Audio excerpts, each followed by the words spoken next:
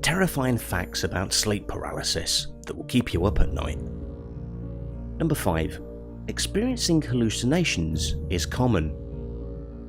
A feeling of being dragged out of bed, flying, numbness, and a sense of electric tingles or vibrations running through the body is usually reported. Another example of a hallucination involves a menacing shadowy figure entering one's room or lurking outside one's window while the subject is paralysed. The central symptom of sleep paralysis is being unable to move while you're awake, eyes open. Imagine sounds such as humming, hissing, static, zapping, and buzzing noises reported during sleep paralysis. Other sounds such as voices, whispers, and roars are also experienced. These symptoms are usually accompanied by intense emotions such as fear and panic. Sleep paralysis may include hypnagogic hallucinations, such as a supernatural creature suffocating or terrifying the individual, accompanied by a feeling of pressure on one's chest and difficulty breathing. The content and interpretation of these hallucinations are mostly driven by fear and somatic sensations. Number 4. Sleep paralysis is not sleep.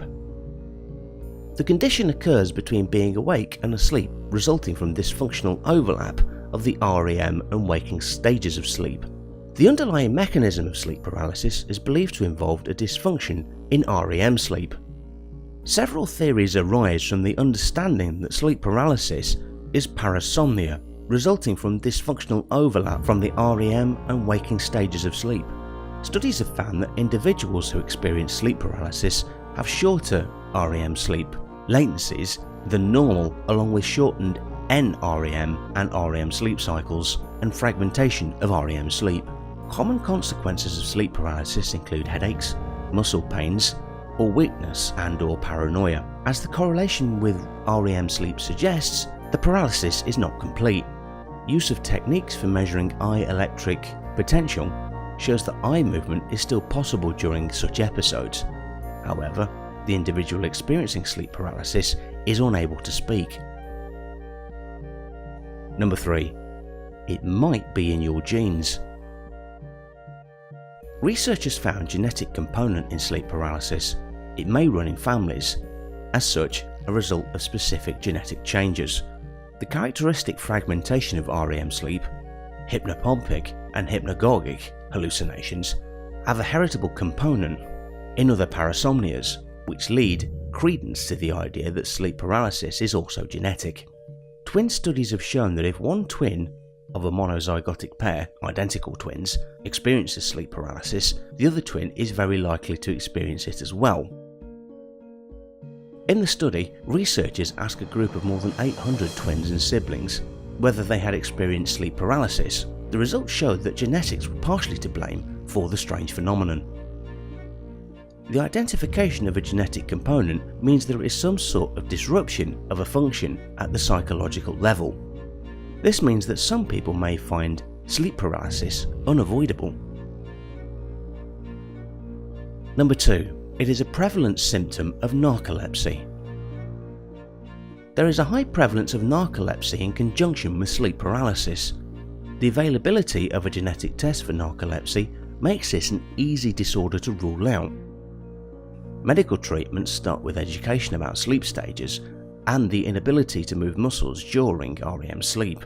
People should be evaluated for narcolepsy if symptoms persist.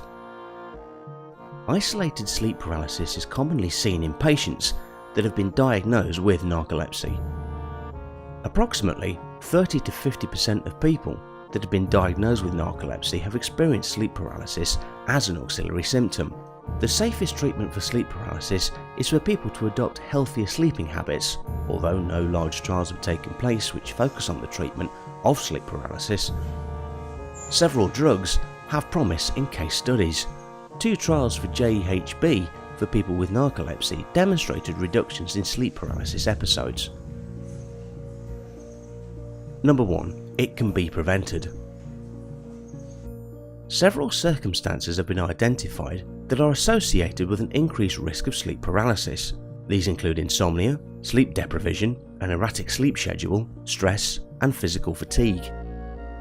Sleeping in the supine position has been found an especially prominent cause of sleep paralysis. Sleeping in the supine position is believed to make the sleeper more vulnerable to episodes of sleep paralysis, because in this sleeping position it is possible for the soft palate to collapse and obstruct the airway. This is a possibility regardless of whether the individual has been diagnosed with sleep apnea or not. By maintaining a regular sleep schedule, comfortable sleep position, and observing good sleep hygiene, one can reduce chances of sleep paralysis. Research has shown that long-term meditation practitioners spend more time in slow-wave sleep, and as such, regular meditation practice could possibly reduce sleep paralysis.